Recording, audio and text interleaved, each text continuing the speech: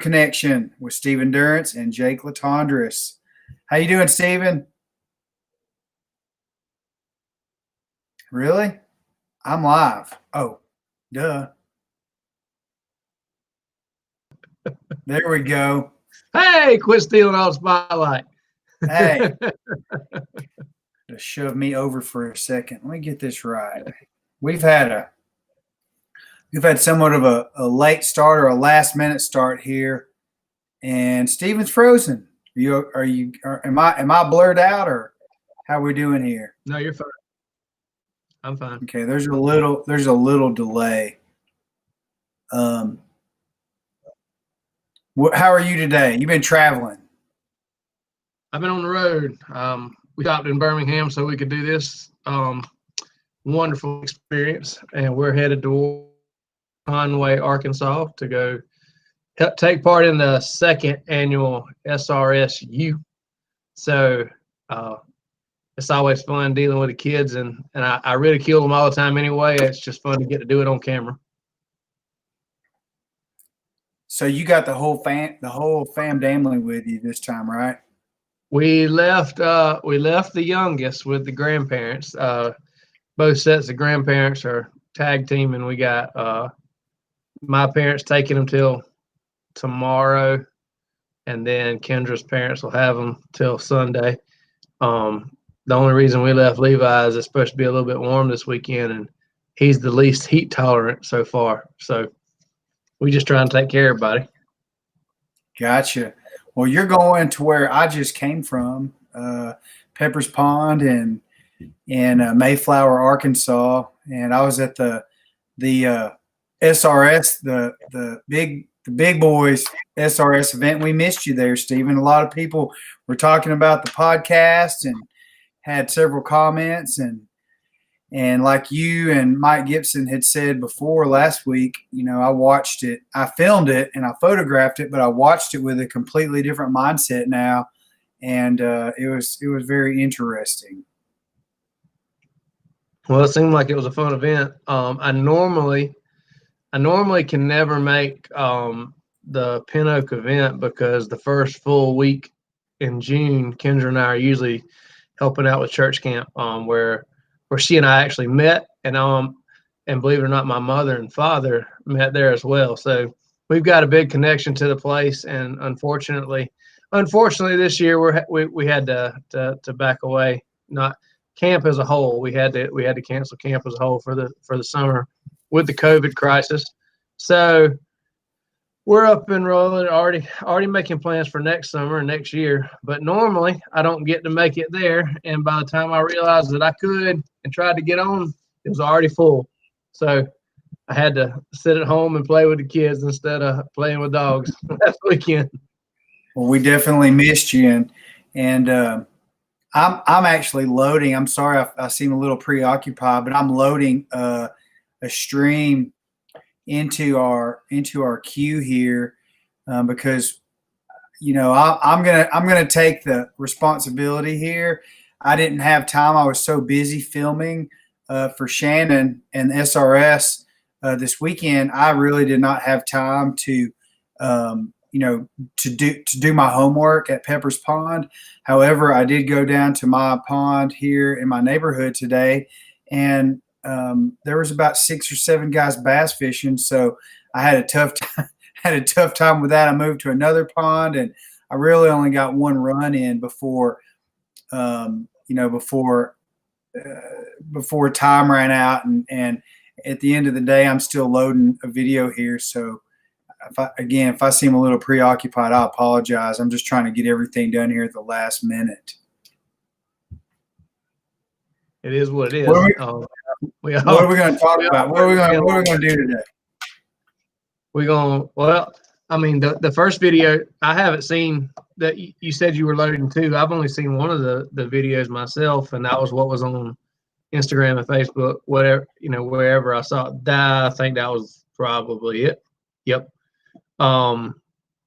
So I only saw this one, and it's given us plenty to talk about.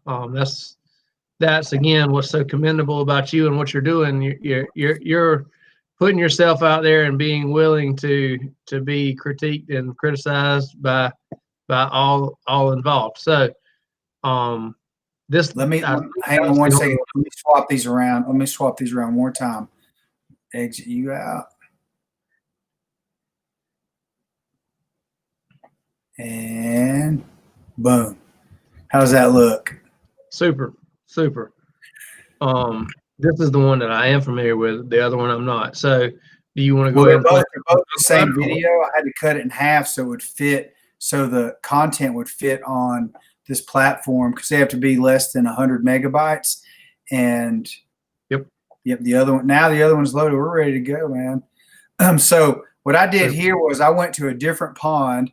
About 100 yards away, there's actually a rectangular pond in the neighborhood, and it's got, it's precisely a rectangle. So I figured it's about 100 yards long, and I wanted to do. You'd asked me to do another down the shore blind. So right now, the White House in the background with the two windows. The blind is planted right under that White House on the shoreline. So you want me to go ahead and play this? Well, I haven't seen this, by the way. There's a lot that you can do with a rectangular pond like this. This is a new pond to me. And I can't say enough about how much you could do here. When I look at this thing at the very start, one of the first things that I see, there wasn't much wind when you started, but you did end up running this blind into the wind again, which, like I said, it was pretty flat when you started. Actually. Say that again? The wind switched on me. So I planted the bird at the opposite end of this pond, and I had a crosswind, and by the time I got down to the other end, it literally switched on me, and I was running out of time, so I just went ahead and did it anyway. Got it. Well, see, the other thing that jumped out at me here is when it came up was, I said, Jake's still playing in his comfort zone. One, because you're keeping the water on the left-hand side, and two, because you're still standing really, really close to the water. Part of the reason that I would assume that you're standing close to the water is because you did this off a tripod and you were trying to keep everything in the frame as well. But actually, what happened was my tripod broke. Are you there? Tripod broke. So what was my tripod broke. The wind blew it over. One of the legs broke, so I had to put this on a culvert, and that was the only place I could put it. I am a camera guy, and I had all kinds of camera issues today, and I'm only filming this stuff on my iPhone, but it was not easy. So the other thing, standing right on that edge is taking a lot of his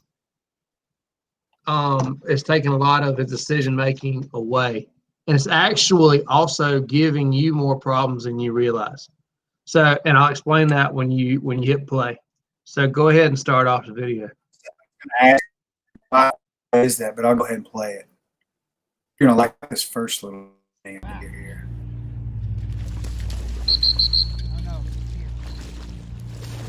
All right, stop right there.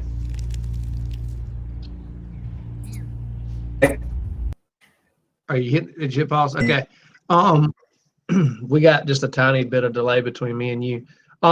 First off, you couldn't tell it until you moved, but you got a pole almost dead in line with what would be the perfect line entering the water. That pole is going to make him want to flare one way or another, most likely toward the water in this case. Do you understand what I'm saying there? I do. Would have, if you're going to be this close to the water, I would have been a-okay with you moving far enough right that the dog had to enter the water right of the pole and challenge them to get in more.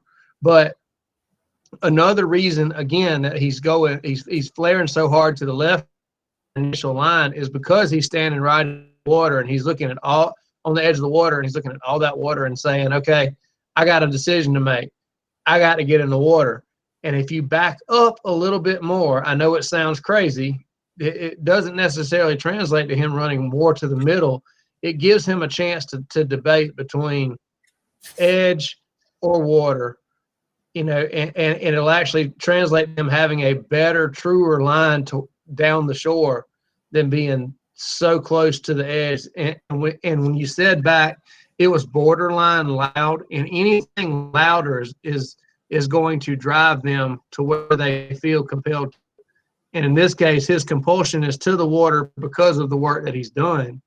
And when you say back loud, it made him flare more toward the water. And on your resend here, you say back even louder, and it makes him jump, the same thing again, where on this send, it's almost a finesse send.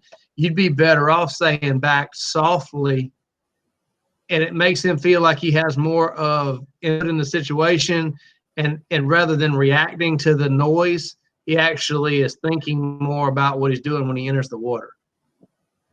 So when do you make the decision to give a bigger back? When you need to drive the dog. Very seldom do I give a stronger verbal cast from my side, because typically what happens is the louder cast makes them flare a lot of times away from you or toward where they feel compelled to go, whether that be natural instinct running around the water or trained response trying to jump to the center. So right here, you communicate dead bird, whatever your dead bird, meaning we're running a blind, and whatever reassurance cues you do, some people use verbal. I like to use the hand going in means get set. Whatever reassurance cues that you give that they're looking in the correct direction. And then right on this side, if I was running this blind, it'd be dead bird. When they found out, when they picked where they were supposed to go, my hand would go in and I would say back. It wouldn't be back. It's simply back.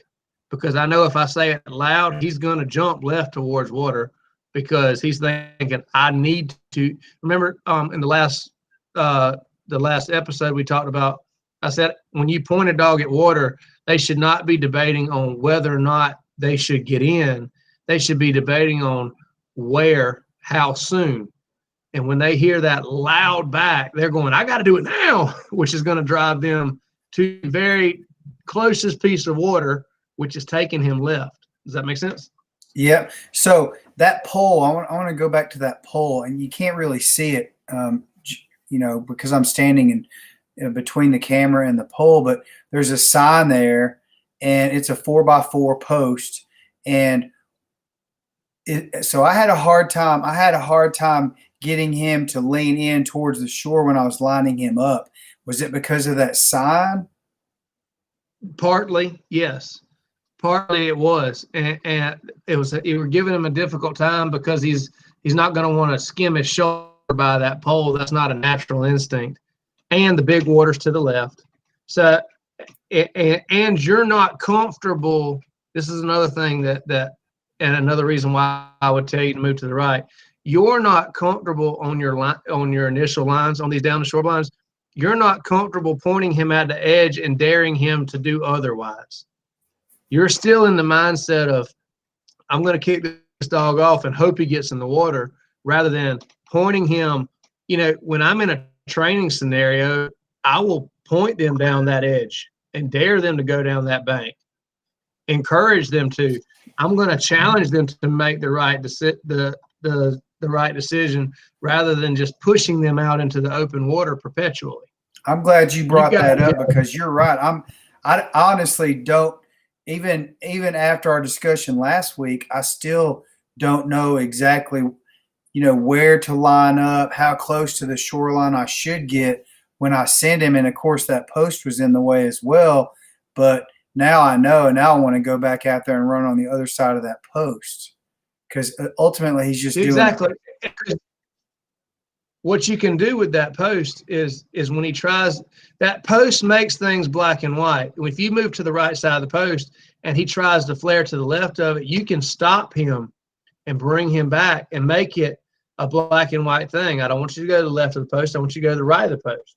A lot of people, we do what we call chair drills when we're trying to get better angles of water, where we'll take a chair and put them down on the edge and ask the dog to go to the whatever side of the chair that we're telling them to.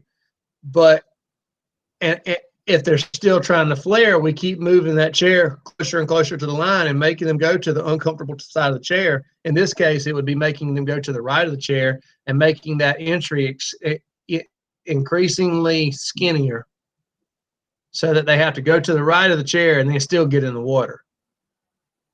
And they want to run around it, but we're not letting them. We're making them go to the right of the chair. So you could use that pole that exact same way in this instance. It's interesting we're talking about this because, if we get through this in time and we talk about the SRS event this past weekend, there was the third series has this application to, obviously in a much more advanced application and scenario. But now, I'm correlating this to that because, they were trying to get past a poison bird and to get in the water and cross a point and all that. And it's almost like you're threading a needle there. Mm-hmm. Okay. And we can use that pole the same way. Exactly. Okay. Is there a delay, Stephen? It's pretty quick for me. The only time I saw that there was a delay was when I asked you to stop the video, and I didn't know if it took you a little bit of time. But as far as your lips moving and the audio coming out, it's dead on.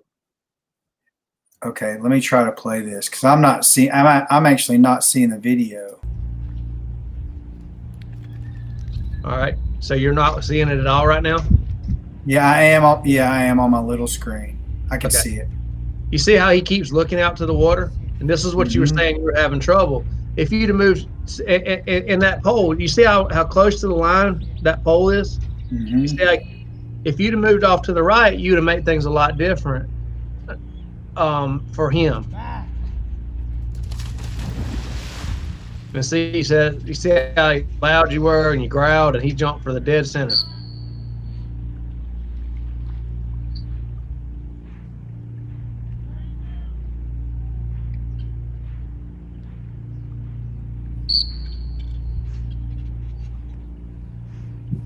Can I stop it?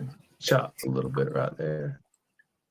Yeah, sure. Okay, so I thought you were going to ask me why, since if I called him back the first time, it was obvious why. And then when I sent him the second time, when I resent him, he did the same exact thing, but I let him go. How come you didn't ask me about that? Well, to be honest with you, in our very, very brief conversation beforehand, what I pointed out to you, what I saw in your body language here was that you weren't having the greatest of days and the greatest of times. And I kind of didn't feel like you were really enjoying being there. So I didn't ask the question because I knew the answer. And that was that, you were kind of trudging through this a little bit and going through the motions and not your whole heart wasn't in it. That's one answer. And another answer is that you chose you chose, in my opinion, you chose momentum over precision, which is the better choice. He didn't give you a difference, but you weren't 100% sure in what you were. You weren't 100% sure how to apply this yet, and so you were in a gray area, and you chose to choose to let him go and then work on casting rather than fight that initial line. That's exactly right. All right. So I still stand by. Hit your pause. Look right now. Look how close the host is to your line. And that, to me, is your biggest problem here. One is that the dog's trying to be a good dog and do the right thing. And two, that post killed you on trying to get that right initial line. So all I really needed to do was either move to the right of it or back up further.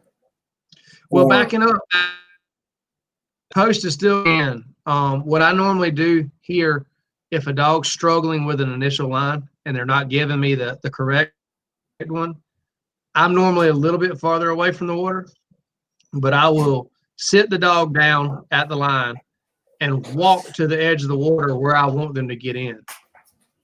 And then I will call them to me and sit them down on the edge of the water where I want them to get in. And then I'll walk back to where I'm going to send from. I'll turn around and face the dog, call them to me, spin them around and tell them back. I remember you said that last time. Now I remember. I will physically show them where I want them to be, come back up the hill, and then shoot them right back. And that usually helps identify the line.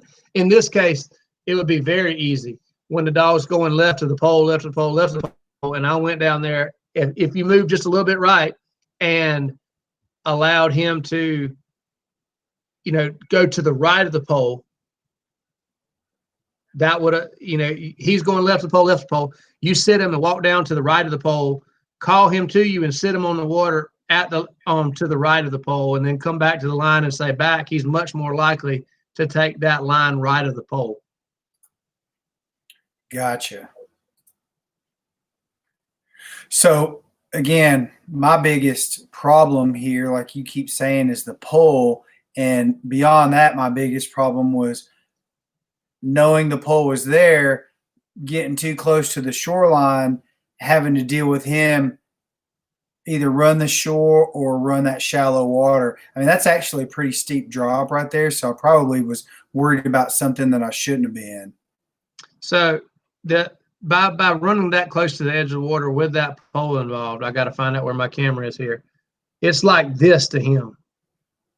I see. If you've been away from the water, it's like this to him. It's not nearly as big a thing, but when you're standing right next to it, he's going, my goodness, that thing's huge. So Kyle Bertram just asked a great question. He said, by starting close to the water, are you missing an opportunity to use attrition by moving forward closer to the water and send again? Yes and no. Moving forward does help, but personally, before just jumping, if I'm 20 yards away from the water, before jumping up to 10 yards and trying again, I'm much more likely to walk that 20 yards down to the edge, call the dog to me, leave him sitting, walk 20 yards back and rescind before I move up and simplify. So can you explain that to me, Stephen? Like when you show him where you want him to get in, can you like play by play that to me? You walk down there and then what do you do? So I'll leave the dog seated at the line, and then I'll walk all the way and put my heels in the edge of the water. And I'll make sure that, like with Tanner, he's left-sided. And so I'm going to call him to my left side and sit him right where I want him to get in the water. Right on the edge of the water. I'll leave the dog sit, and I will walk back up the hill to the starting point. And I will, once I turn around and face the dog, I'll call the dog back to me. Okay. And I don't waste a lot of time here. This is important, and I'll explain why. I don't waste a lot of time when I spin them back around and say back, but I call the dog to me, put him at heel, and I say back.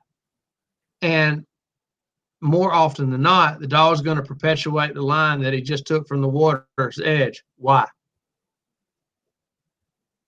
Because you just showed him the short line between your line and the edge of the water. I would say it differently, because a dog is genetically programmed to perpetuate success. So it's the same reason why we hunt deer trails in the woods. Why is there a deer trail in the woods? Because they made their way through the woods. They found food, safety, shelter, water, everything. I said, let's do that again because it brought us success. So when the dog has been called back a couple of times and doesn't know exactly what's right, when we walk down there and show them a line and come and leave them at the edge of the water, see, you would lose so much if you just had the dog, if you told the dog to heel and you walked with the dog at heel all the way to the edge of the water and y'all stopped, and then you turned around and both of you walked all the way back to the line. Too much time has eroded. Too much water's gone under the bridge. He doesn't, okay, we just went for a walk, edge of water and back. What do you want me to do?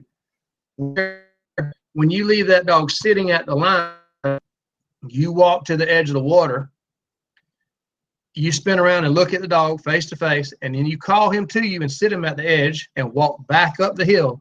When he runs back up that hill to you and comes in the heel and you spin him back around and say back, he just came back. It's fresh in his mind. The prints are still in the dew. Oh, I got to go that way. It's fresh, it's new, and it's clear. That's why you don't waste a lot of time. So it's like you're pulling a rubber band back and shooting it.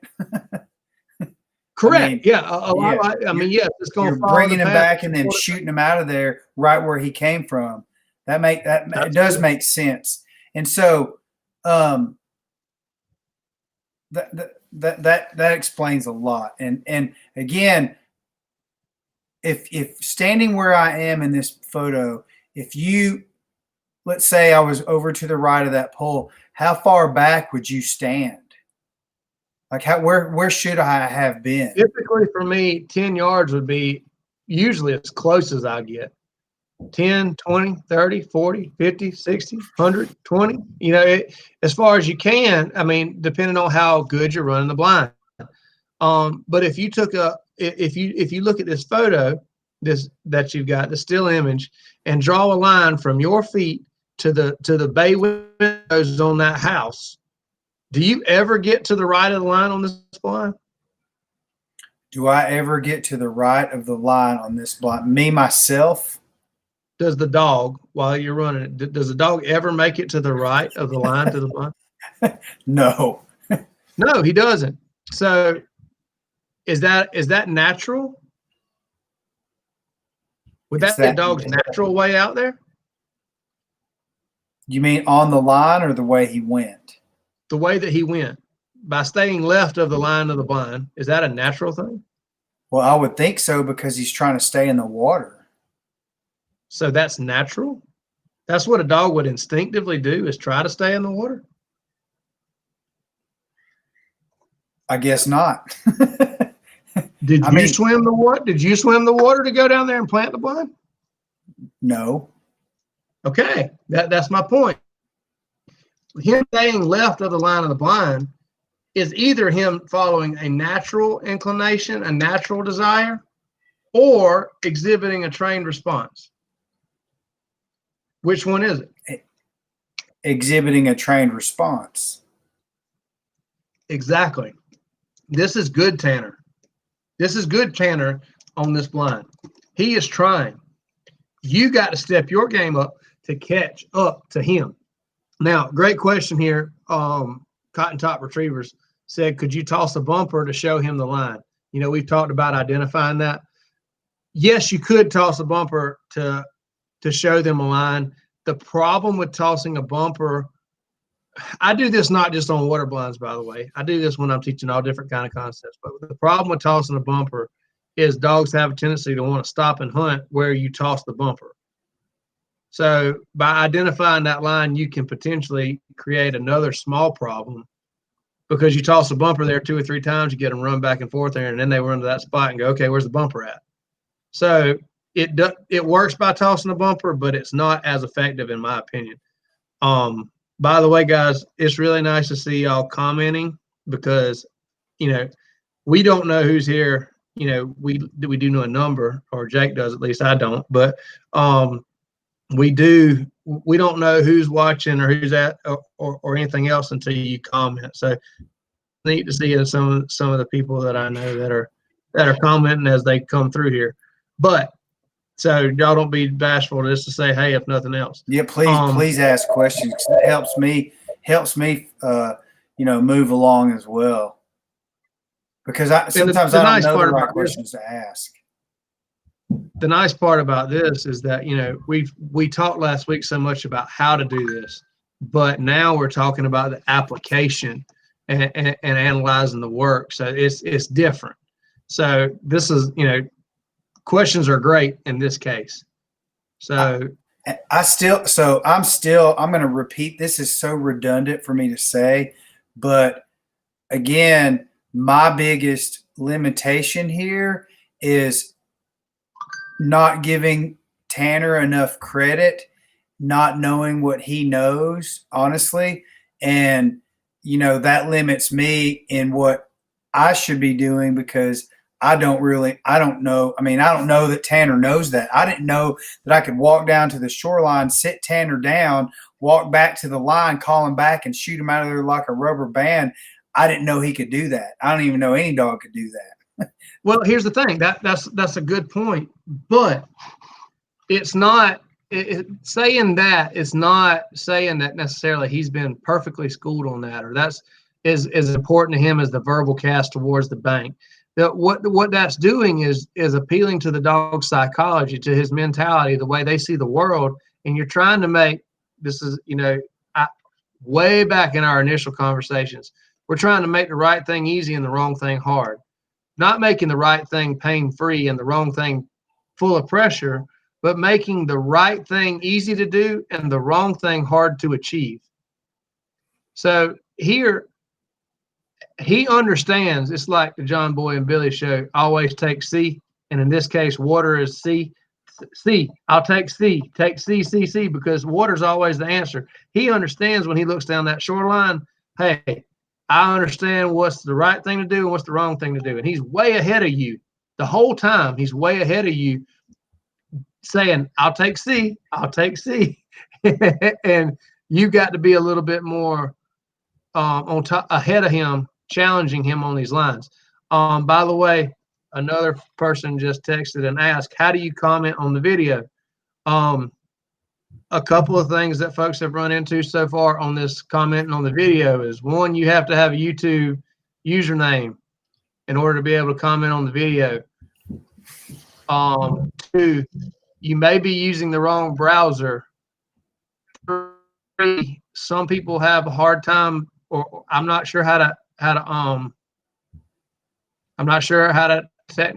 technically explain all this, but you can do it on a computer, but it's hard to do it on a phone. I don't know what the magic way to be able to comment on a phone is. What else is there, Jake?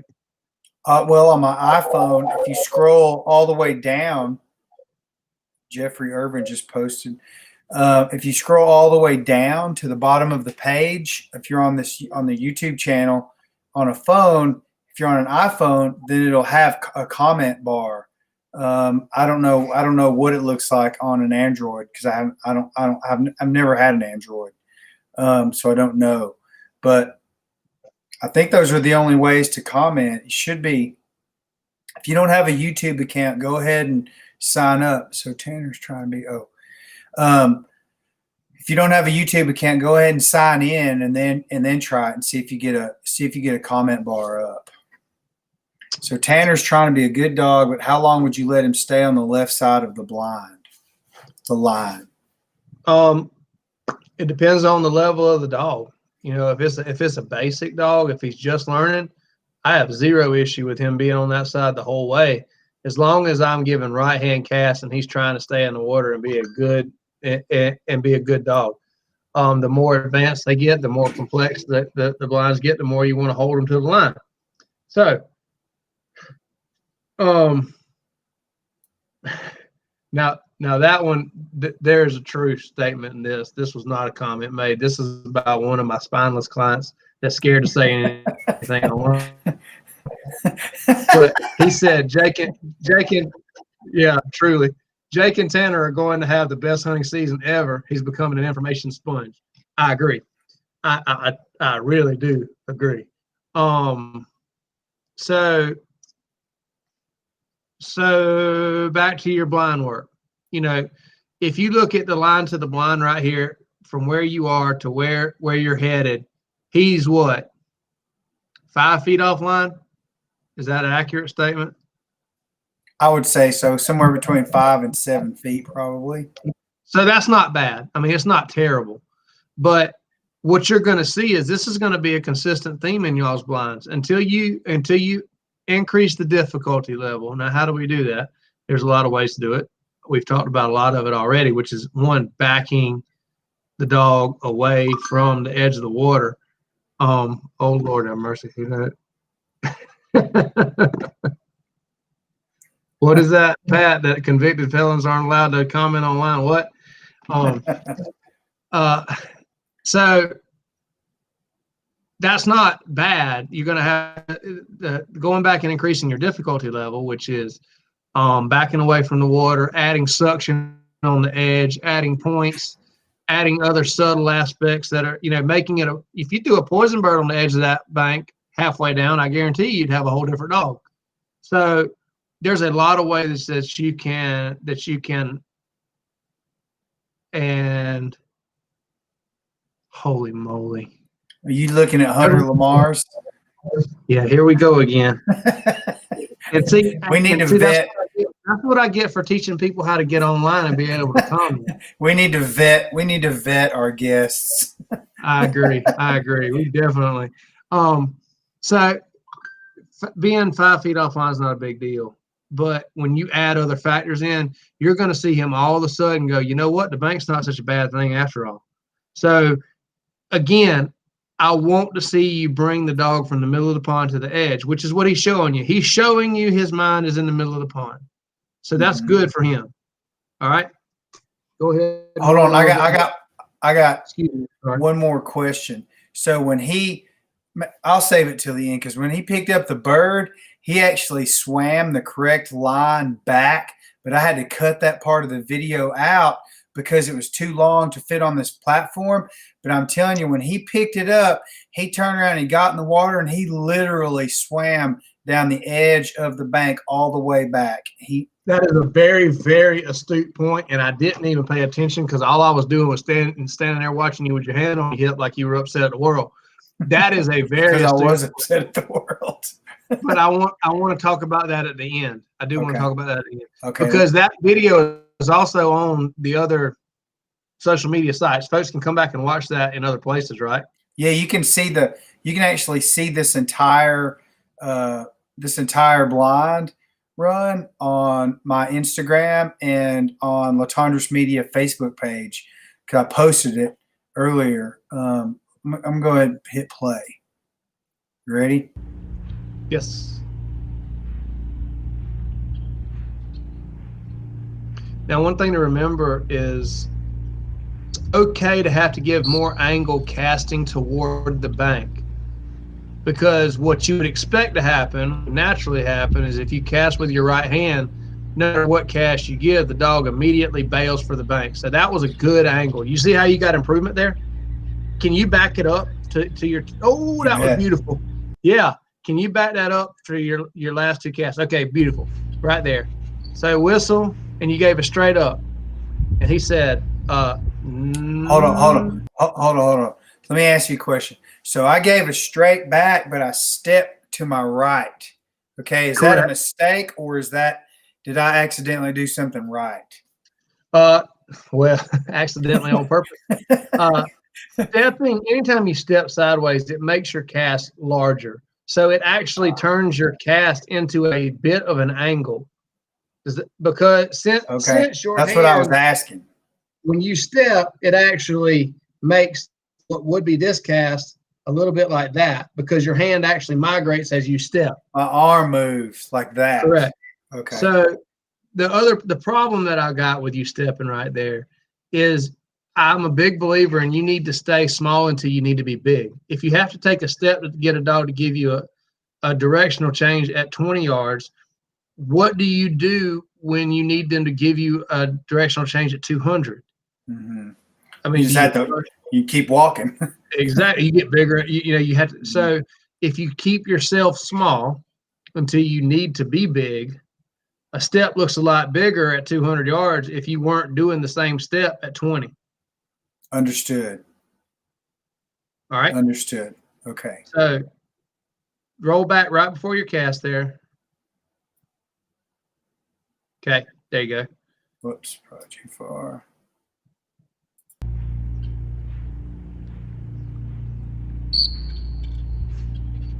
So he's starting to go a little bit more left. That's why you blew the whistle. Mm-hmm. Beautiful cast, a little step, but it wasn't straight up. And he said, I'm not having that. He said, I'll thank you, but I'll stay straight in this water. Your next whistle's here. And see, you step and give an angle. See how much different your cast was? Mm-hmm. And see how much different your result was? Mm-hmm. Because you actually challenged him to go toward the bank there. Stop right there. Okay. And that's what I did mean to do that, because I wasn't getting enough out of him on the previous 2 casts to stay on line. So that third one, I felt like I needed to give him a bigger cast. So going back, and this is where things can get a little complex, but you got to understand his mind, if it was a piece of rebar, his mind is bent like a banana toward the center of the pond. So it's okay to have to give more angle casting toward the bank, because that is the absolute opposite of what a dog would naturally do. Naturally, you could give a right verbal straight back for a young dog. If they're anywhere near the edge of that water, if you gave any cast with your right hand, they're immediately swimming to the bank. It's like a kid jumping in the pool, learn how to swim. They jump in and they go immediately to the closest place that they can get a hold to the edge or get out, because that's the natural instinct, right? Mm-hmm. I actually was hoping he was going to go right and get on the bank so that I could allow him to get dry and go black. We're going to go wet and dry, right? I wanted him to do that, but he didn't do it. And I want to tell you this too. He's done this way more than you have. Yeah. And this is the very first time he's ever even been in this water. He's never even been in this pond before. Just so you know.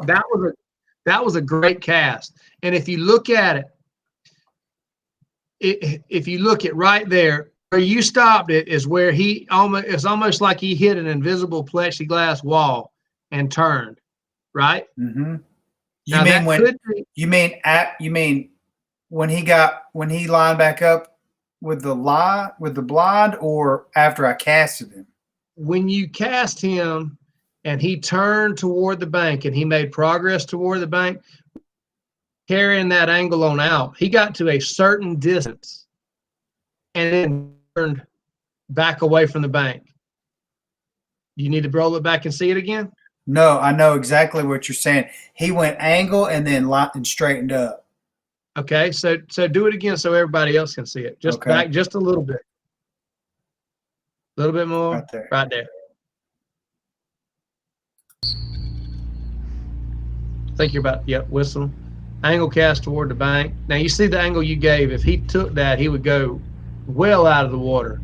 But see, he's swimming at it, and then there, look at him square up. Now stop it. Yeah. Now where's he on line to the blind, in relation to the blind? He's actually on line now. Now, is that not exactly the line that he swam back? Yep, it is. Y'all go back and check this on your social media stuff. So my point there is he showed you how comfortable he was being to the bank before he was going to turn away from it again. Right there, he told you, this is as far as I am willing to go, Dad. I'm staying in the water. Now, that could be because how far he's off the edge. And I would like to think that. That would be a really good thing if he says, okay, this is my comfortable distance from the edge, and I'm not getting any closer because this is my comfortable distance to the edge. The other thing that it could be is this is where my feet touch the bottom. And I was just going to say that, but that's not the case, because it's deeper there. Then he definitely did not touch bottom. I think the first reasoning that you suggested is the right one. That's as close as he wanted to get to that bank. Both of them are good. Even if he did touch the bottom, that's showing that he's getting a little bit of a conscious about things. Mm-hmm. So it's not bad if it was the other. I'm just analyzing what I'm seeing. And right here is actually where he told you, this is my line. This is where going past this is past the point of comfort for me, because Because the great thing about this blind is it can't be any more black and white than having a bank this long and straight. Okay? So if you remember that point, from this blind on, I don't know if he makes it back to that line for the rest of the blind. Wait. Back that. Wait, say that again now. I don't know if he makes it back this close to the edge, which is the true line to the blind. I don't know if he makes it back this close to the edge for the rest of the blind. Now, bearing in mind, I watched this video one time, but from here on out, he said, "Dad, you got me real close. I ain't gonna hear that again." So, see if I'm wrong. Okay. Run the rest, hit play and see. You can see where he is in relation here. So he's saying, "I'm being a good boy. I'm swimming down the edge." Hold on. Now he's going up. Let me ask you this: why does he take this line and then, like, it looks like, okay, well, I'm not even going to have to blow another whistle. He's going to swim the edge all the way down, and then he starts veering left? Because it's his conscience playing in on it. He's going, the longer I think of it this way, he's thinking the more I get away from this edge, the less decision making I have to make. The more I get away from this bank, the less I'm tempted. That's why he's trying to get back toward the middle. He's not ready to just lock it and go to the edge and look at the far bank. He's not looking at the far bank. He's looking at the bank right by his side. Okay. And so his vision is staring at that right edge bank, and he's going, you know what? That's close enough. He showed you where he wanted to be on his initial line, which was farther left. You cast him straight up, and he stayed out there in the water. You gave a big angle toward the bank. He gravitated in and then hit this magical wall. And he's not like running down that wall, pressing against it and saying, this is how far I can go toward the bank. He's saying, that was the wall. And if I mentally cross that wall, I'm putting myself in jeopardy of getting in trouble. I'm getting away from the wall. Okay, I got an analogy, and tell me if this is right or wrong, because I keep going back to football analogies.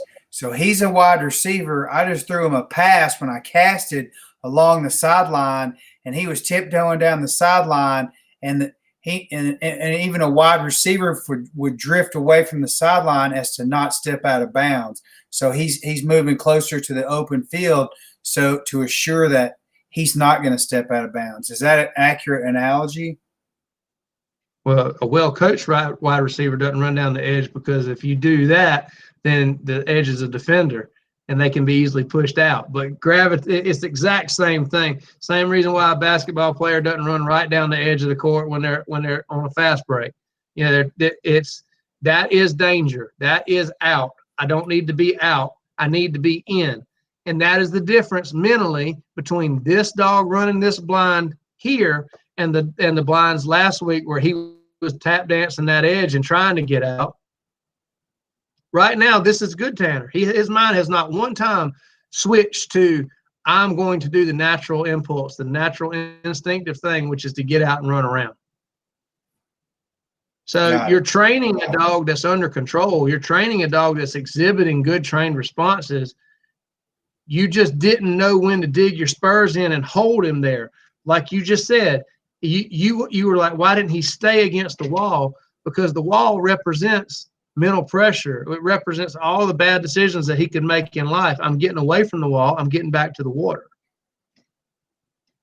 Got it. So, like Kyle Bertram said in the comments, self-pressure. Yeah, I want him to think about it. I want him to think about it. So like what Miss Carol said to the next one down, she said, what do you do about a dog that walks ashore in the water? Would you say the line was too tight to the shore? Potentially. So that goes to that second question. I said either the dog said I'm this close and I don't need to get any closer, or his feet touch the bottom. For my more advanced dogs, it goes not from wet to dry. Like we talked last week, we said black is the difference between feet on the bank and feet off the bank, feet in the water. feet on the bank, feet in the water. But for my more advanced dogs, when we're talking about doing a blind that should be swimming most of the way, it is now feet on off the bottom or feet on the bottom. It doesn't mean that you got to be out of the water. When I want to see dogs developing a conscience that when they feel their feet on the bottom, what physically should happen when a dog's feet hit the bottom is they should gain greater traction. And if they're supposed to hold a long line down the shore, it becomes harder for them to hold that line because they are physically gaining traction. It's pulling them out of the water. Think about being stuck in the ditch and you got the tires that are on hard ground and the tires that are in the ditch and the hard ground's pulling, right? Mm-hmm. You follow me there? Yes, sir. That's what should naturally happen to a trained dog that's showing that they have a conscience. When they feel the bottom, they should push off the bottom toward the water. So for me, a dog that just stays in the very edge and never tries to get to swim in water is what we call a BMR dog, bare minimum requirement. I'm doing the least amount of effort that I got to do, and I will say boo-boo because I'm wet and you can't get me. I'm with you. Play it. Go with it. And remember where you were and remember what happens from here on. Okay.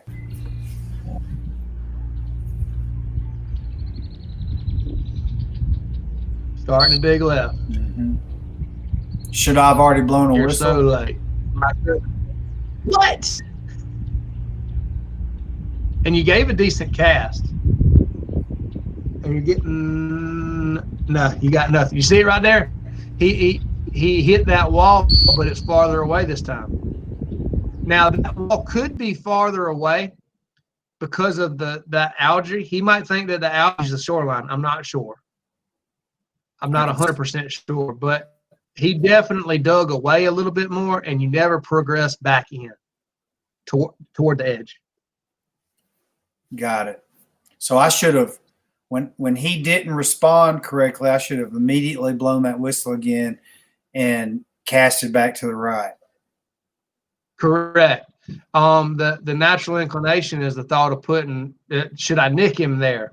And the answer is not yet. Like I said last week, a dog's got to have a side to win on. They got to have, and normally the natural instinct is my side to win on is going to be on the shore. And he has chosen that the side to win on is to the left, is to the water side. So he's saying over here is safe. And if you take the left side away too early, he's going to get paranoid about the work and not feel like there's nowhere that he can go that is a safe decision. So you should stop right there and through attrition, push him closer to the edge, not allow him to continue to make progress towards the middle of the pond. Okay. So I'm going to pull. Are you done with this segment? Because this is half the video, and then I've got the other half in another clip. Okay. Is there any other questions you had on it? No. I just want to see. I want to see where he goes from here and how I respond to it. All right, that means that you're going to have to make me go bye-bye in order to get it over there, that's correct? Correct. Okay, hide. Super.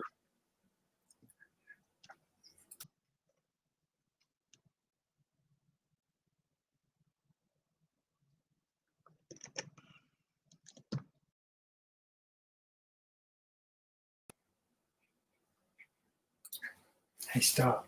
We're trying to do a podcast, please. Is this the right one? I thought. You should be in the middle of the water, right? Yeah, it's hard to see. Hold on 1 second.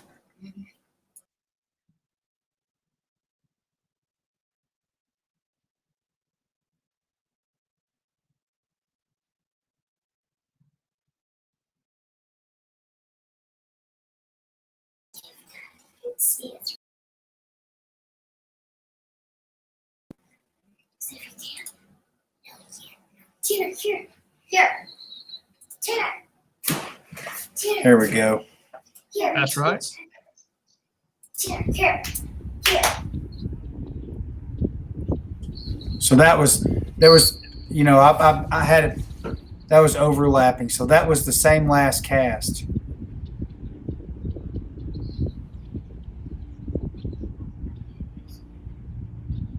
So on This that is last about one, where things start going really bad for you. so when I casted twice, Daddy, I have this. you can have it, but you can use it.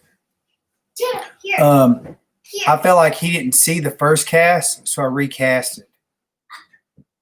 Maybe I casted too quickly the first That's okay. time, I got no which is issue why he with that. didn't see me. Okay. All right, let's see how bad it gets.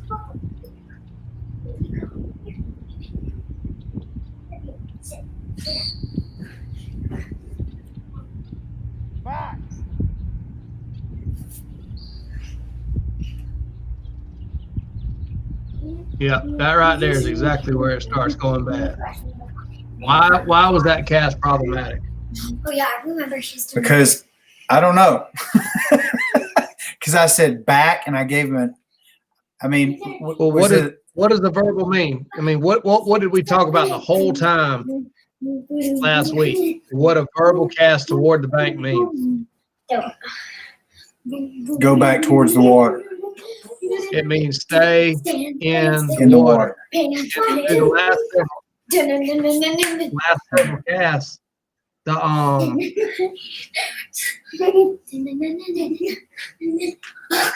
She's dancing. Hey, please stop.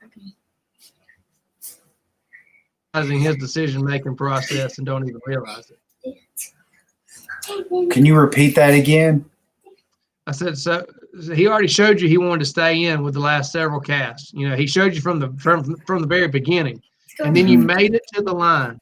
You made it to the line, and then he started to swim it, and then he started to push back to the open water, and you never got back. He's trying to stay in the middle, and distance is eroding control. In one sense, it's actually impressive that he's committed to stay in the water at this distance. He's committing to stay in, but he's not taking your cast as seriously because he's not having to give a precise cast.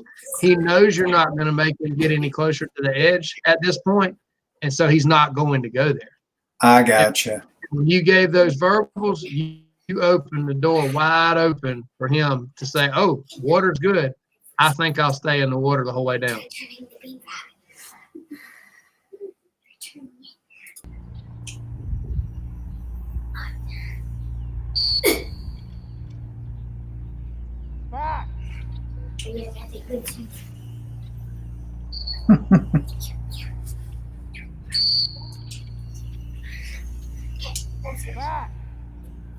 See it right there? See how you right up the water when you gave the verbal?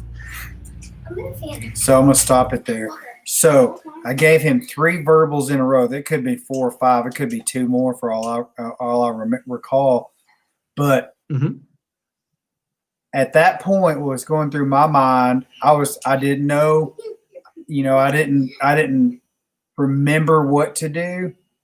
And probably out of frustration, I was saying, no, back. That's what I meant, and I was basically reacting on my own instinct and not what I really knew what to do.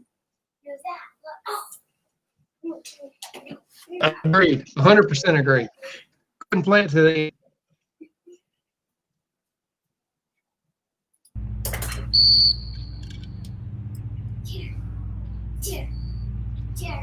See, it's like time he hits that wall, it's a little bit farther off the edge. He says, I'm less willing to go to that edge.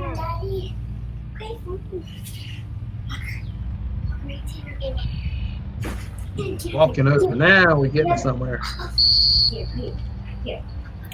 What should I have been doing right there, Stephen? Like, go back to the very first verbal that I gave him. What should I have been doing? Well, at this point, one of the first analogies I give my clients when we talk about running blind is I say,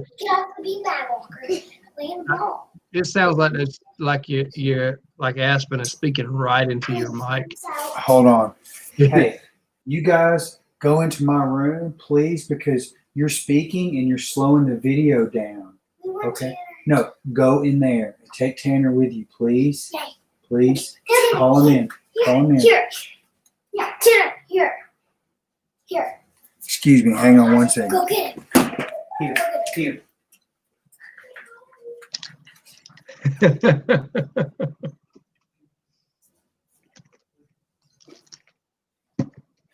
You should have told them all, Kendall.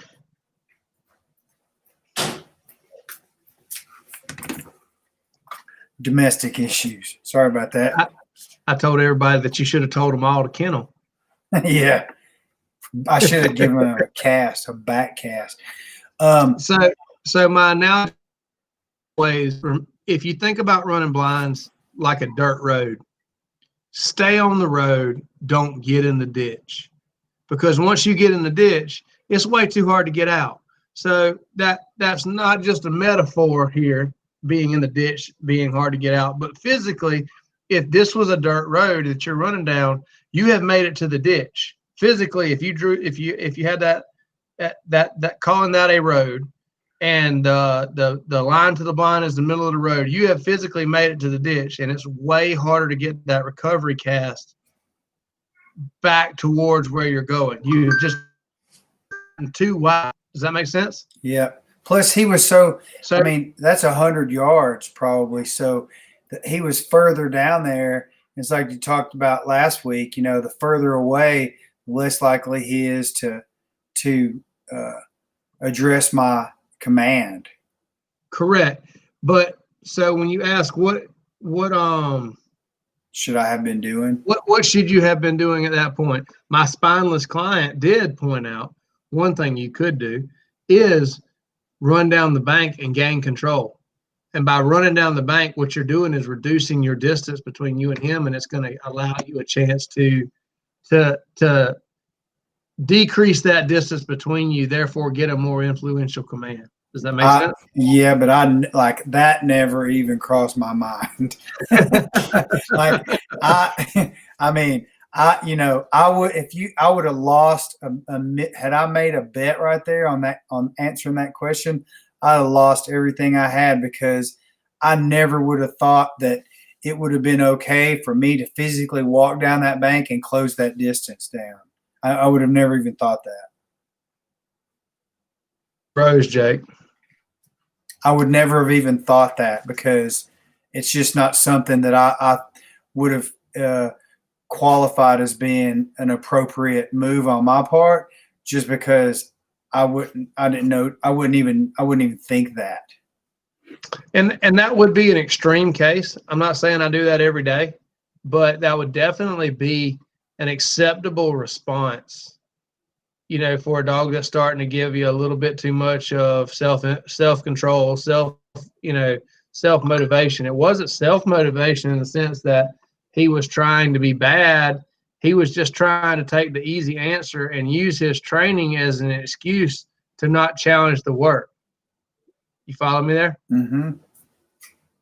So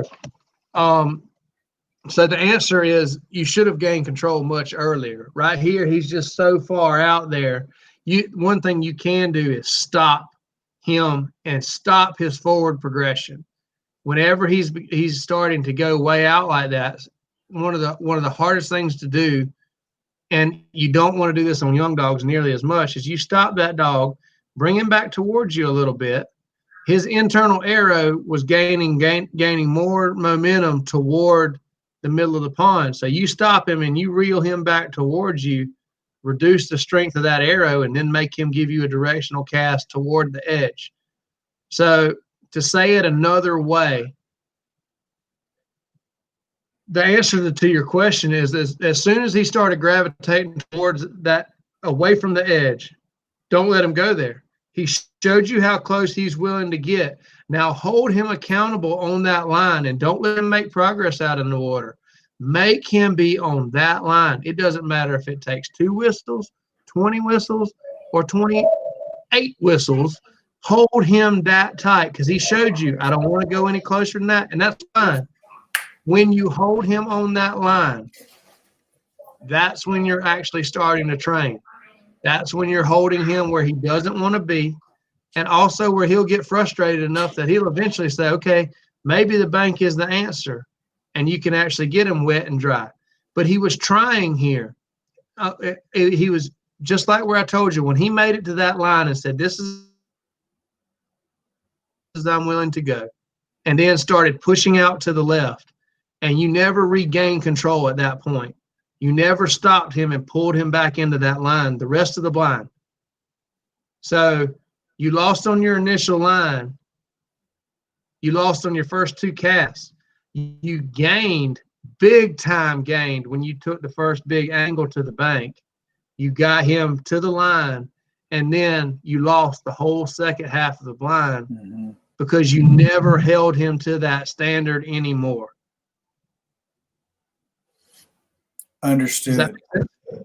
So there was so much good here, good on your part, good on his part, but now's where I want you to start really challenging the dog, challenging him to stay there, holding him on that line when he says, oh, I'm so close, this is close enough, now I'm going to get back out to open water. I had the same conversation with another client this week. They were venting their frustration about their dog wouldn't get too close to the bank. And the first question I ask is, what does it do swimming back? And she said, well, she's always closer to the bank swimming back. So think about, we've talked about this concept of a journey so much.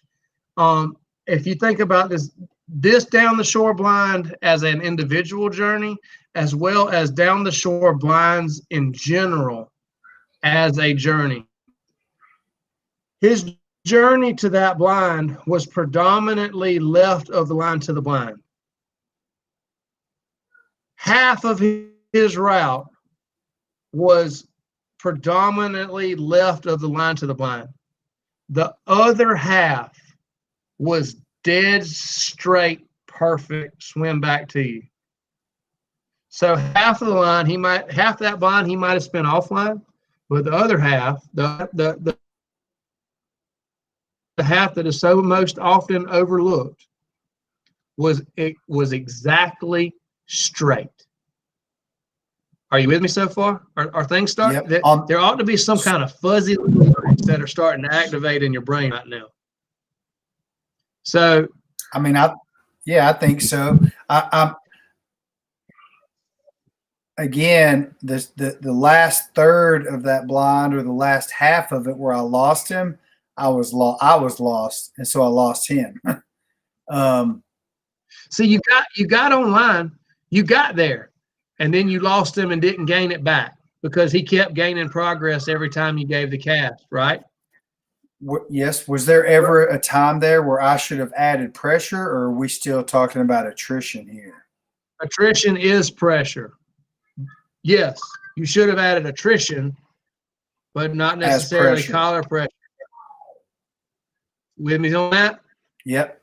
However, let's not forget here how good he did when he got close to the edge and he turned away from it. And I pointed out to you right there, that was the line that he swam back. So when he got a bumper in his mouth and he achieved the objective, he said, it's okay to swim this close to the edge. You with me on that? Mm-hmm. So he swam half back perfectly. If you turn around and run that blind again, what did I tell you on your water? Dogs are genetically programmed to perpetuate success, okay? If you would have turned around and run that blind again, he'd have run a blind tighter to the bank. It would have been fewer whistles, but it would have also been closer to the bank, because on the way back, I'm going to compromise. I took that big swim back. I'm going to swim a little bit closer to the edge on the way back and see if that's okay. Are you with me yet? Yep, 100%. Does that make sense? Yep, that makes sense. So if I would have, would you recommend that I turn around and run that again? Because then it's a pattern blind, right? No, I personally would not say turn around and run it again. Mm-hmm. Because like you said, it is a pattern blind, and he's gonna smash that thing out of the park. I would say come back and run this blind again another day. Is Does that make tomorrow too sense? soon? I personally like to keep, if you could skip a day, it seems like it's even better. When you skip, it gives them a chance to kind of decompress, go do something else tomorrow, and come back to this on, if you do this on a Monday, do this on a Wednesday. And it gives them time to do something other and come right back to the same place and stare at the same thing. So let's not forget. Let's go back to that line that he swam back, because there's more to it that you hadn't caught on to yet. He swam that line back dead on line. He swam that line back right on the line that he flared off of. Remember, he hit it and said, this is too close, and he swam away. Because on the way out, he was still I've got to achieve this objective. I've got to get this in my mouth, and I know the route that I have to take to get out there. I've got to take water. That's what he assumed. That's what's based on all his training. I got to get in the water, and I got to get to this by being in the water. And when I hit this line, this is too close to the edge. This is me being as close as I'm willing to be to the edge. And once he got that bumper in his mouth, he said, I am willing to be as close as comfortable and close to the edge as I am now, because I'll be closer, because I have the objective, and I'm going to swim right that perfect line back. Now, that perfect line back was okay because it was still acceptable. But when that line back gets too thin, what you think you're supposed to do? Do a swim by? Yes, exactly. Whenever he says less water, I'm going to take water that is unacceptable. We're going to turn on swim by and say, no, my little friend. Now you must get out of the pond to the middle of the swim pond and swim the middle of the pond all the way back, because you tempted fate too much. I got you. And so you're getting to the end of it now. Let's play the rest of this through so you see where he came out.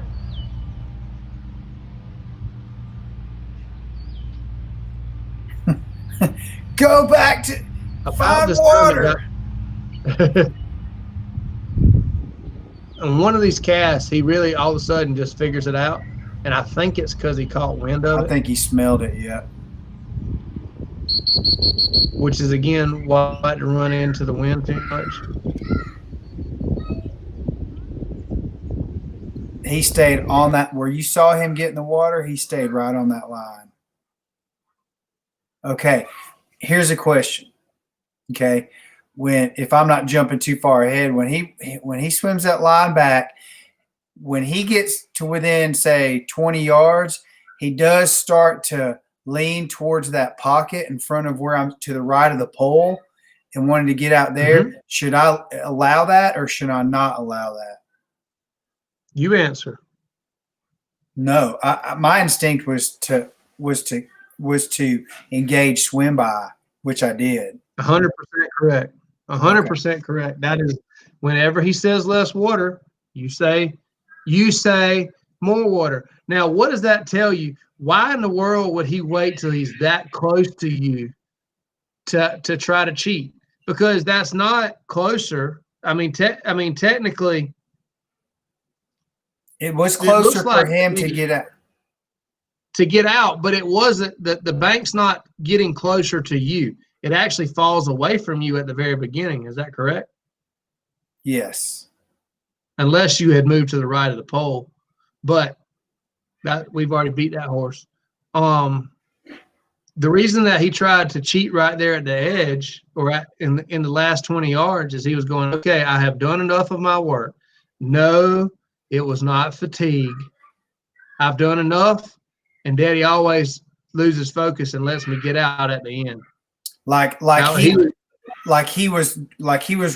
you're an athlete and you're running gassers.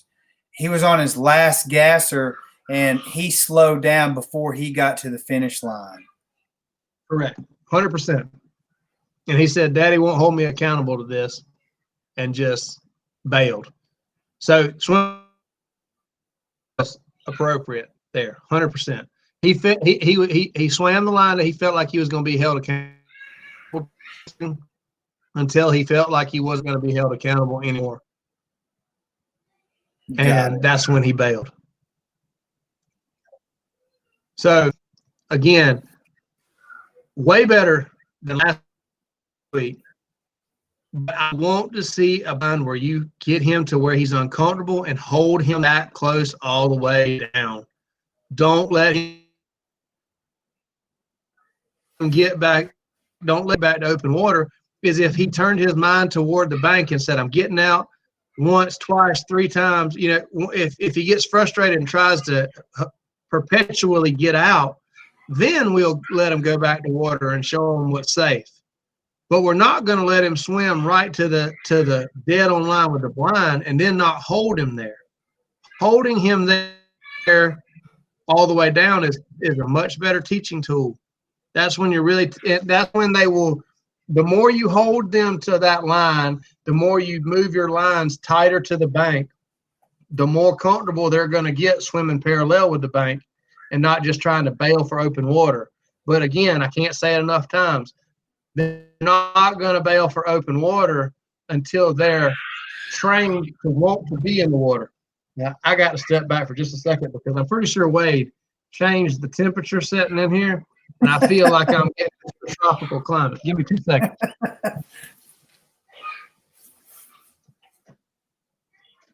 So while he's gone, I'm going to say this. He can still hear me.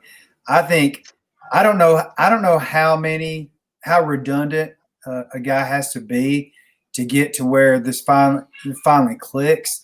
But I do feel like I can honestly say now that I've done, I don't know, a half a dozen to 8 down the shore blinds at distances like this, 75 to over 100 yards, that now I feel like the next time I go out, I feel more comfortable in terms of knowing what I'm doing. And maybe I'm not catching on quick enough. Maybe I don't know the answer to that. And I don't really, I care, but I can't really overly concern myself with that because I can only learn as fast as I can learn something that I don't know. And this is one of those things where, okay, now I feel like, I'm anxious. I'm going to go back out to this same pond and run it down the other, depending on which way the wind is going. I'm going to reverse it, run it down the other shore tomorrow morning to see how I do, because I do feel like I know more about this now than I did, 2 weeks ago. Well, sure you do. And I'm not being redundant because you're slow learning. I'm being redundant because this is like drinking out of a fire hose. You can only get so much. And that's what, think about the difference in the struggles. The struggles you had in this blind were way different than the struggles you had last week because you were ready for some things. And now, life's coming at you and throwing you some different curveballs and you didn't know how. You did great. In my opinion, you got a solid B on the first half of the blind. When you fought hard and got him back to that line, that was great. At that point, that's when the training could truly start. That's when you could really have held his feet to the fire and held him to that line all the way out, and you'd have really been hitting on something. So, looking at this now, Stephen, the way I look at it now is it's an objective. Before you send the dog, there's an objective.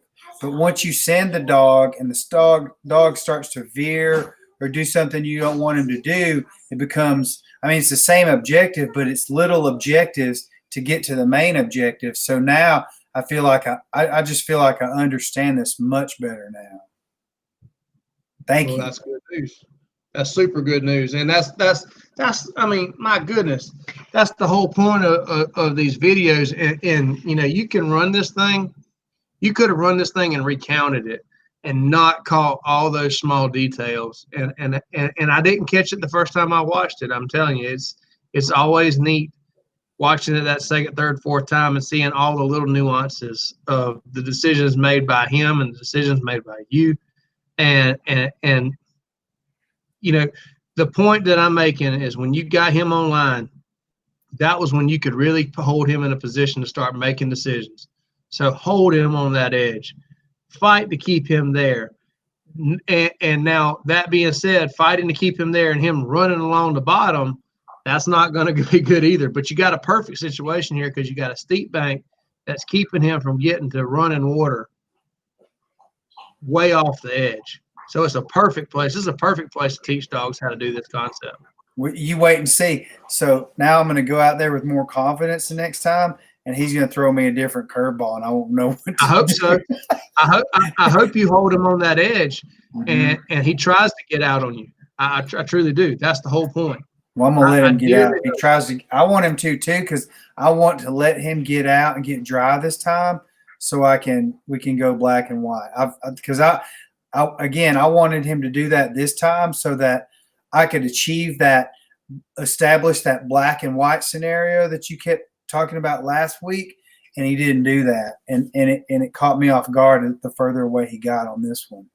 And again, the reason that he didn't do that is because he's done this way more times than you have. Mm-hmm. He saw that edge and he said, I've been there and got a t-shirt for this. So don't be despondent about that. Don't be despondent at all. But if you run this again and have the same trouble, I would encourage you to get one of the kids to throw a bumper on the edge halfway down. Tell him to get his mark, throw it, and then tell him no, dead bird, and try to run that blind bite, and you'll have a whole different barrel of monkeys to deal with. Throw a poison bird out? Correct. Okay. Correct. So my homework on this is obviously I want to see more. I want to see more. I want 4, 5, 6 different illustrations to choose from because we haven't addressed all the issues, nor will we. But we haven't addressed all the small things that I want to look at. I want to see Tanner get out, and I want to see Jake react and react appropriately. I don't want to see you lose in the second half of the blind. Last week, on the angle down the shore on the right, you lost him to the edge. This week, you lost him to the middle. But the common denominator there is both times the second half of the blind, you lost him. Hold him tighter. And hold him more accountable, and now we're really getting close to the concept of down the shore water blinds and understanding how to get a dog to be there. So, am I throwing?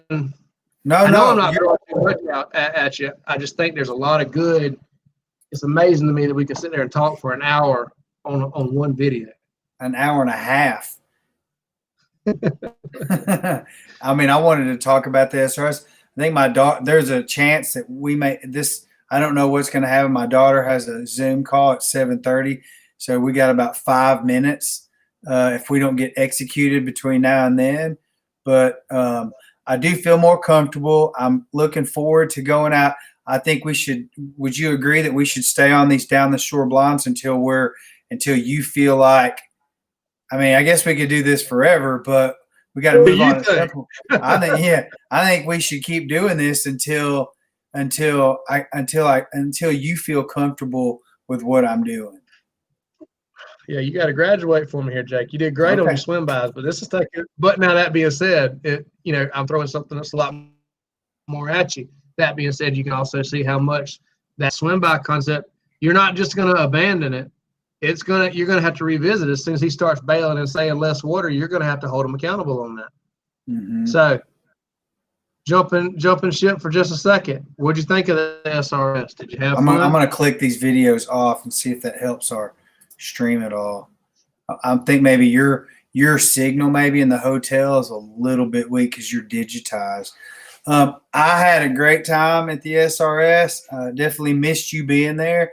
And one of the things that I would have, if I could have wished for you to be there, under my circumstances, I would have wished you to be there and not be a competitor, so we could stand there and talk about this the whole time. Because your mind wouldn't have been on the challenge and the event itself, because that's where I had lots of questions about, especially the third and fourth series. The fourth series was pretty straightforward. The third series was complicated because there were two poison birds, a short and a long, and the dog had to thread a needle, on the blind itself and on the return. So, I mean, I was really impressed with it. Maybe there have been, there's always great setups at these SRS competitions, but that was one of the more interesting ones that I had ever seen in the 17 or 18 years that I've been helping Shannon do this. But I also think maybe it was perhaps I was looking at it differently, like you and Mike Gibson said, last week.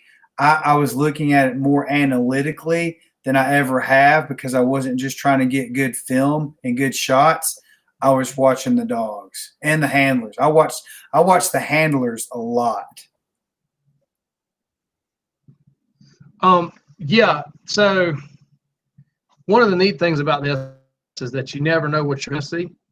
As far as the complexity of the setup and all the other good things, and the other reason that they can't come back, that was a really cool setup, and that's something that I see again, several SRSs down the road, several years down the road, but you're probably not going to see it a week from now or a month from now, because if you start doing something like that, it's not just that you have different judges, it's that if you start getting faddish with the concepts, then we as trainers are going to go and prepare for that. And the dog's going to be like, oh, this is page 821, double poison bird and thread the needle through there. We got it, just like Tanner on that water blind. They're going, ha, ha, ha, ha, I've seen this trick before. So it was the novelty in that third series. And by the way, if you want to hear me talk about it, not as a competitor, and analyze the test, all you got to do is turn around and come on right back this weekend, because that's exactly what I'm doing. Coaching this thing, I'm talking my players through the whole thing. Hey, this is what you need to watch out for. This is your dog's strength. This is your dog's weakness. Please don't go there. The dog won't get out. Be over here. That's what's going to get you through this. We're going to talk strategy. We're going to talk a pile of different things.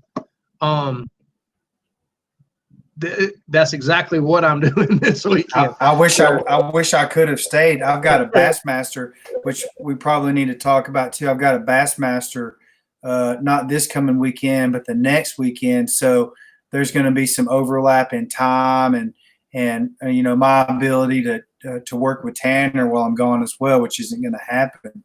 So we'll figure the logistics of that out here in a few days, but. Next week, plenty of subjects to talk about as well. Yeah. Well, I guess, is there anything else you wanted to cover?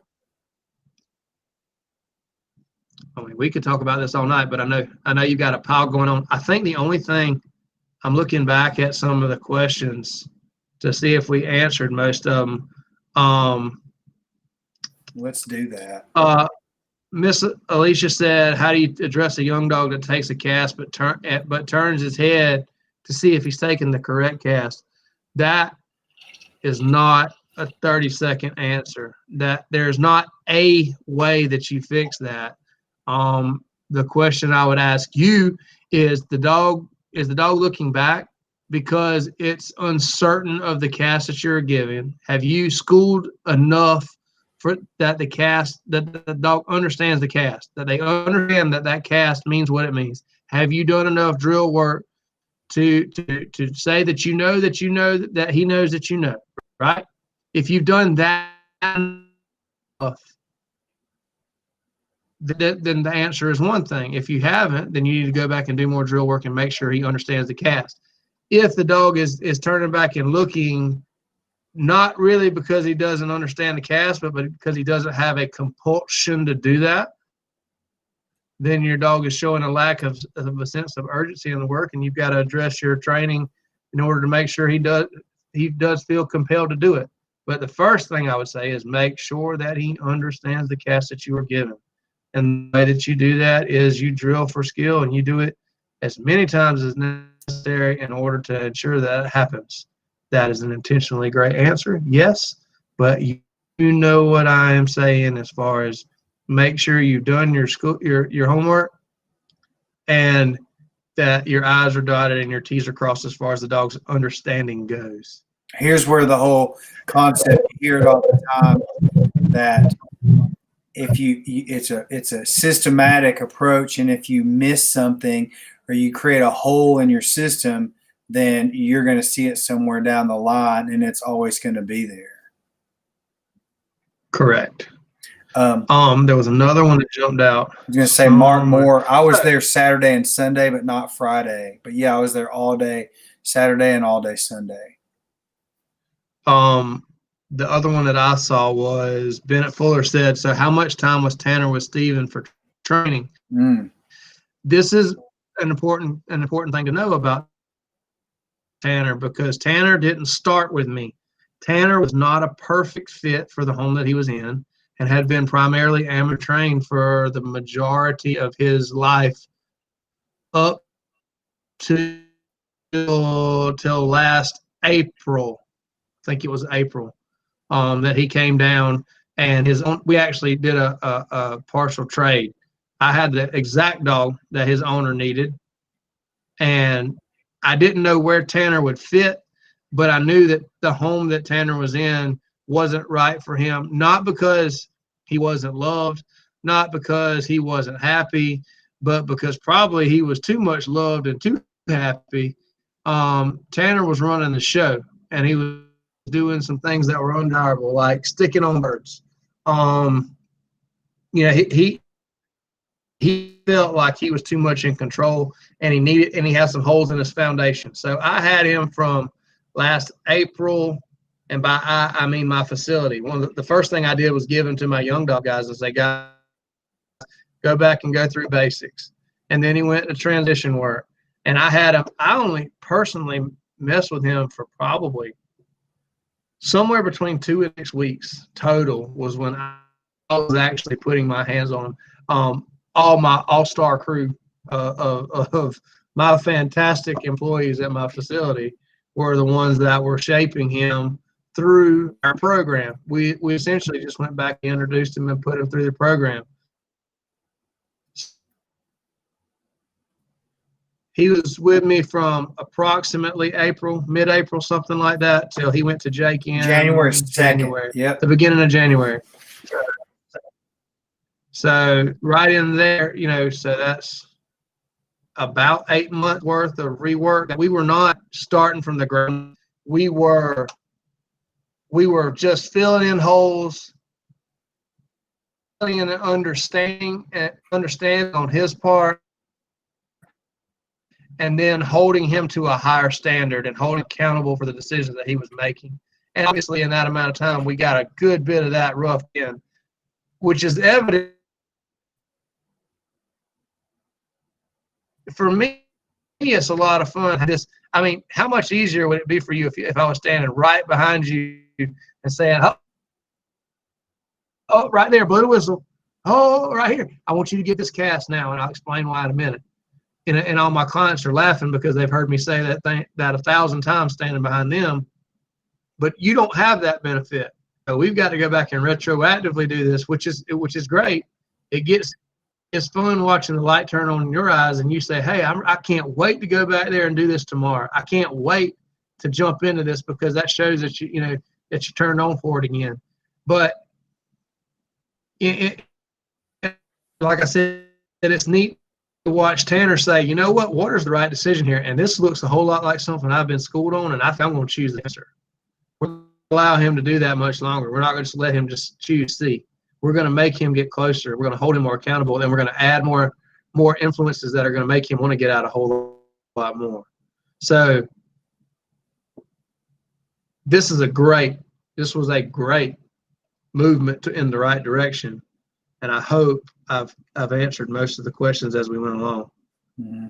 One of the things I'd like to say too before we go is my head wasn't in the game today. I just got back from the SRS at 10:30 last night. I did a lot of soul searching because of all the things that are going on right now. And, the racism is a big thing. And if you go back to my Facebook or Instagram post, you'll see where my head was on the drive back. And when I woke up this morning, I had a ton of work to do because I own a bar in Fort Collins, and we're still not open based on the governor's law and order. And, there's just a lot of pressure. So when I went out to the pond today, I wanted to be there. I always want to be there. I can't wait to get out to the pond to train with my dog. But my two kids were following me out there. There were 6 guys out there bass fishing. In fact, one guy I had a blind planted, and a guy walks down the hill and literally was standing within 5 yards of the bumper and starts casting a spinnerbait out in the pond. And rather than get, confrontational, which it's a neighborhood pond. So I just walked over there, picked up my bumper, and said hi to him and walked over to the other pond. And at that point, my mind was already, in a different space than I probably should have been. But the thing that I always do get out of these sessions with Tanner is it makes me feel better. And all the pressure that I do have on me, or that I put on myself from a business perspective or from a family perspective, responsibilities, is it tends to go away when I have my time with my dog. So there's some therapeutic, reasoning behind these sessions, and I love it. It's something that it's definitely, in my heart, and I'm doing the very best that I can with what I've got. And I really appreciate your time, Stephen. Everybody that comes on, we had 32 to 35 people that stuck around pretty much the whole time. And we really appreciate it. And I really appreciate the support and the encouragement that people are sending in their messages too. So, thanks to everybody for being a part of this. It's pretty cool. Super excited. I'm glad y'all were here. Glad we could keep pushing on. Last question popped up. Mr. Kyle said, could Jake have called Tanner back to the point of failure and redid the last third of the blind? At the end, no, not after he got way past it, but when he recognized, and next time you will recognize, when he hits that point of, this is as close as I want to be, this is as comfortable as I'm getting by the edge like that, I think Jake will do a lot better job of holding him to that point. But once he made it so far past it, it was a moot, I believe. But one thing you can remember when you come back and rerun this blind is where he hit that point. You remember, dogs want to perpetuate success. They want to travel the same line they traveled out the time before, which is one reason I want you to wait a day before you came back and ran that same blind, because he's going to go, okay, I remember how I got to this thing and got in no trouble. And he's going to want to jump left off the beginning, be willing to cast toward the edge, and he'll do it quicker because you will give a better cast the second time around. And then that second half, he's going to want to push left again. It might not be as far left, but it'll still be left of the line. He'll still be desiring to be out there. And you can be quicker about it. And he'll be a little bit more bold if you put a day in between and if you came back and ran it right again tomorrow. Sure. I'm glad Kyle asked that question, because I meant to ask that when we were watching the video towards the end. We got on something else and I totally forgot. So thanks for asking that question. All right. Well, I'm pretty sure my daughter's probably going to be getting on her Zoom call if she's not already on it. So Stephen, have fun at the SRS. Please tell Shannon and everyone I said hello. I just saw them. But good luck to your are they your students or your team, or how do you address them? It's supposed to be a team competition. I think there's individual scores, and there's also last year it was a team deal. The dynamics changing a little bit, but you can call a lot of different things. I call them a lot of different things that I can't say across the internet. Publicly. We're gonna have a good time. These kids have been coming to the kennel for years and years, and this function grow up. Hunter just graduated vet school, and pass his test so we can officially call him a vet. But if he thinks I'm ever going to call him a doctor, he's a larger idiot than he is physically, and he's 6'4". And Brian's she's moving to be a stalwart at Clemson, and everybody, we need folks to say, would you like fries with that for a living as well? So good job getting a degree at Clemson, Brian. And Garris is going to be a senior in high school, and I can't wait to see where she goes. And I pray that she doesn't follow her redheaded sister to the ugly orange and purple university, but we're just going to have to take that a baby step at a time. Can't wait. I enjoy playing with the kids. It's a lot of fun. And we'll see y'all next week. See y'all next week. Do your homework, Jake. I will. I will. I've got time this week to do it. Thanks, everybody. Thank you from the Retriever Connection with Stephen Durrance and Jake Latonders. Till next time, later.